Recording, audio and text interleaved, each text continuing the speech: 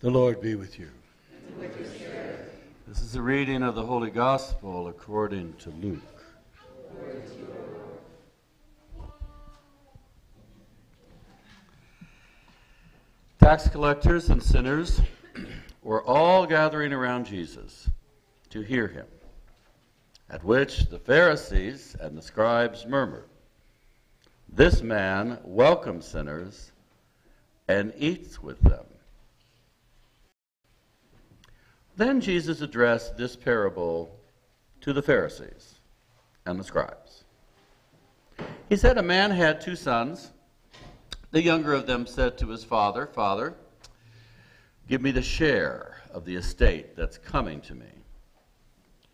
So the father divided up the property, and some days later this younger son collected all his belongings and went off to a distant land where he squandered his money on dissolute living. After he had spent everything, a great famine broke out in that country, and he was in dire need. So he attached himself to one of the propertied class of the place, who sent him off to his farm to take care of the pigs. He longed to fill his belly with the husks that were fodder for the pigs, but no one made a move to give him anything. Coming to his senses at last, he said, 'How many hired hands at my father's place have more than enough to eat, while here I am starving? I will break away, I will return to my father, and I will say to him, Father, I have sinned against God and against you. I no longer deserve to be called your son. Treat me like one of your hired hands.' With that he set off for his father's house. While he was still a long way off, his father caught sight of him and was deeply moved. He ran out to meet him, threw his arms around his neck, and kissed him. The son said to him, 'Father, I've sinned against God and against you. I no longer deserve to be called your son.' The father said to his servants, 'Quick, bring out the finest robe, put it on him, put a ring on his finger, put shoes on his feet. Take the fatted calf and kill it. Let us eat and celebrate, because this son of mine was dead and has come back to life. He was lost and is found.' And then the celebration began. Meanwhile, the elder son was out on the land.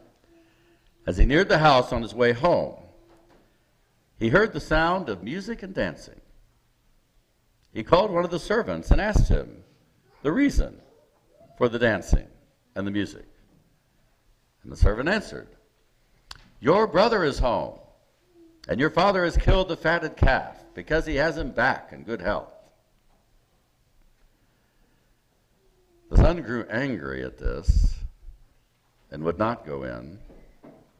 But his father came out and began to plead with him. But he said in reply to his father, 'For years now I have slaved for you.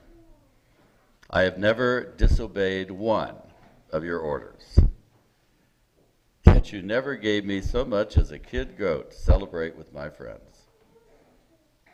And then, when this son of yours returns after having gone through your property with loose women, you kill the fatted calf for him.' 'My son,' replied the father, 'you are with me always, and everything I have is yours.' But we had to celebrate and rejoice. This brother of yours was dead and has come back to life. This brother of yours was lost and is now found.'" The Gospel of the Lord. Praise to you, Lord Jesus Christ. The parable that Jesus tells us is about a family. about a very, very fractured family. And I want you to not get hung up on a gender issue here, because back in the day of Jesus, okay, only males could inherit property. Okay, so if you were to update that by about 2,000 years, you could tell that parable as a mother and two daughters. Now that opens up a whole nother can, doesn't it?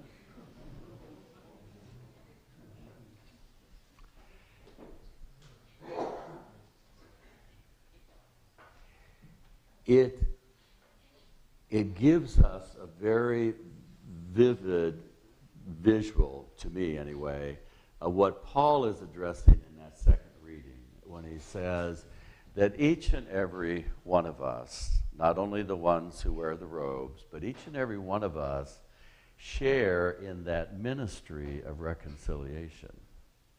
We share in it so much that Paul says we are all ambassadors of Christ in reconciling all human beings with each other and with God.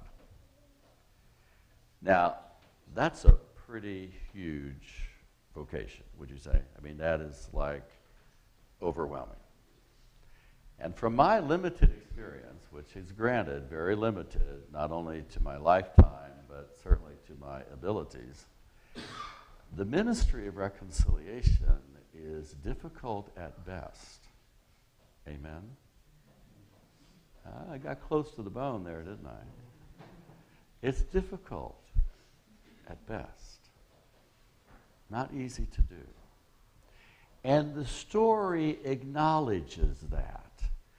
Jesus painted this picture in extreme colors of the younger son who did the unforgivable sin and brought shame and dishonor on his family for generations, which is the unforgivable sin in the world of Jesus and maybe in your world.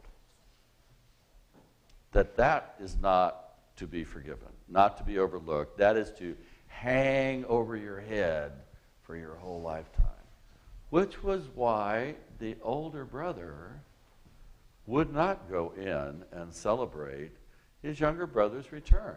His younger brother had taken the whole family's business and cut it in half and wasted it off somewhere else.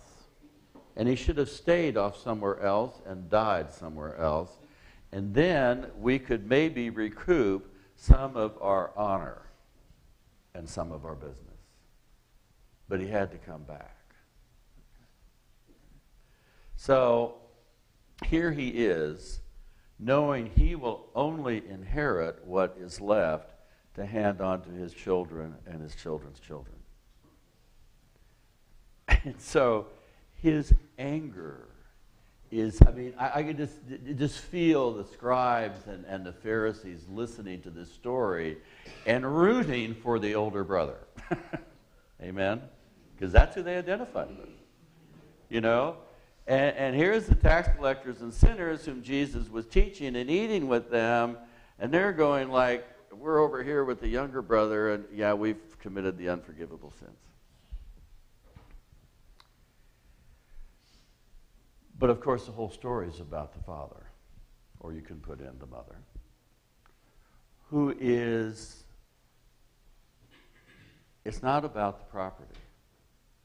It's not about the money. It's not about the fatted calf or the kid goat. It's about the relationship. It's about the relationships. It's about the father trying to bridge these relationships with both sons and to bring the family into a deeper unity. It's one thing to be united when everything's going well, and you're not having to address the realities of human life. Amen? It's another thing to face all those realities in your relationships, honestly and humbly, and to go forward, okay, and to try to heal that, all right? Because it means it's not about the money, it's not about the property, it's not about the shame or the dishonor or the anger. It's about the relationship. The parable tells us what's most important to God. That's what the parable tells us.